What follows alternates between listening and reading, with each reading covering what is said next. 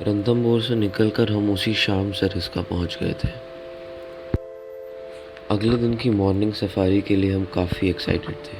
थोड़ी उम्मीद ज़्यादा थी क्योंकि सरिस्का की ST30 टाइगरेस ने, जिसको रणथंभौर से लाया गया था, जहां उसका नाम T134 था, उसने एक दिन पहले ही एक भैंस को मारा था। ST30 ने 2025 में ही एक ट्रिपलेट्स का लिटर दिया था। सरिस्का टाइगर रिजर्व राजस्थान के वाइल्ड लाइफ रिजर्व में से एक है। ये रिजर्व अरावली की पहाड़ों में है, अलवर के पास। सरिस्का अपने टाइगर कंजर्वेशन की सक्सेस के लिए जाना जाता है। यहाँ का पथरीला लैंडस्केप, पुराने मंदिर और जंगल में छुपे हुए किलों की वजह से जाना जाता है। पहले सरिस्का अलवर रॉयल फैमिली का हंटिंग ग्राउंड हुआ करता था। 1955 में सरिस्का को वाइल्ड लाइफ सेंचुरी घोषित कर दिया गया। 1978-79 में सरिस्का इंडिया के प्रोजेक्ट टाइगर का पार्ट बना और 1982 में सरिस्का को नेशनल पार्क घोषित कर दिया गया। 2004-2005 तक यहाँ के सारे टाइगर्स खत्म हो गए थे पोचिंग की वजह से। तब 2008 में रणथंभौर से ST1 भूर सिंह एक मेल टाइगर और ST2 राजमाता एक फीमेल टाइगर को सरिस्का लाया गया।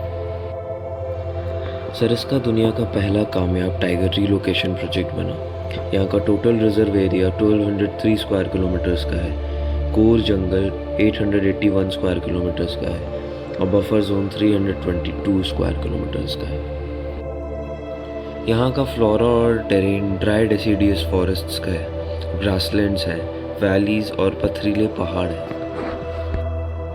सरिस्का की फौना की बात करें तो यहाँ लगभग 50 से भी ज़्यादा बाघ हैं और उसके अलावा leopards, caracals, striped hyenas, sloth bears, golden jackals, jungle cats, nilgai, sambar और chital deer, langurs, peacocks, birds, honey badger, palm civet और भी कई सारी प्रजातियाँ।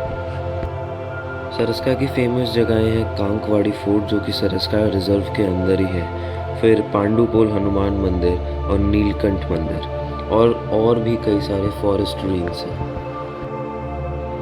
अपने सफारी पे वापस आते हुए अगले दिन सुबह टहला गेट से एंटर करके सरिस्का के टहला जोन या फिर जोन 4 सरिस्का की तरफ आगे बढ़ने लगे।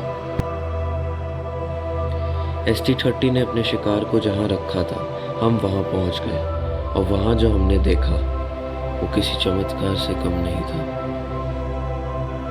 हमें वहाँ सिर्फ ST30 टाइग्रेस ही नहीं बल्कि ST30 के तीनों कब्स भी दिखे। जो हम देख रहे थे वो किसी टाइगर डॉक्यूमेंट्री की तरह लग रहा था।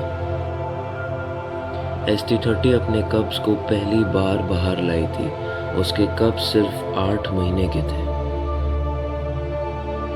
हमने उसके तीनों बच्चों को देखा। ST30 ऊपर किसी झाड़ी के बीच में बैठी थी। हम अपने सफारी के 1 घंटे तक उन्हें ही देखते रहे। उनमें से एक कुछ ज़्यादा ही भूखा था और एक किसी हीरो की तरह पोज मार रहा था। ST30 ने जो भैंस मारी थी वो तीनों उसे खा रहे थे। थोड़ी देर बाद हम आगे पांडुपोल की तरफ आगे बढ़े, जहाँ पर हमें चीतल का एक बड़ा ग्रुप दिखा जो की सांबर के साथ थे। सरिस्का में कुछ हो या ना हो, यहाँ मोर काफ़ी हैं। हम वापस आते टाइम भी ST30 के कब्स को देखते हुए निकले। वो अभी भी वहीं थे और उनकी माँ ST30 भी ऊपर ही थी। उन टाइगर्स को देख अंदर से एक आवाज़ आई कि यही वो मोमेंट है लाइफ का जिसको जीने का मन बार बार करेगा। वाइल्ड लाइफ के लिए प्यार और बढ़ गया। क्यूरियोसिटी इतनी बढ़ गई कि अब हम खुद से नाइट सफारी के लिए तैयार थे। उस बार तो हम वापस आ गए, बट अप्रैल में हम वापस सरिस्का गए। हमें पता चला कि एक जगह है जहाँ पर करीबन 8 से 10 लेपर्ड्स रहते हैं। हम उसी रात अपना फ़ोन और एक फ्लैशलाइट लेके निकल गए।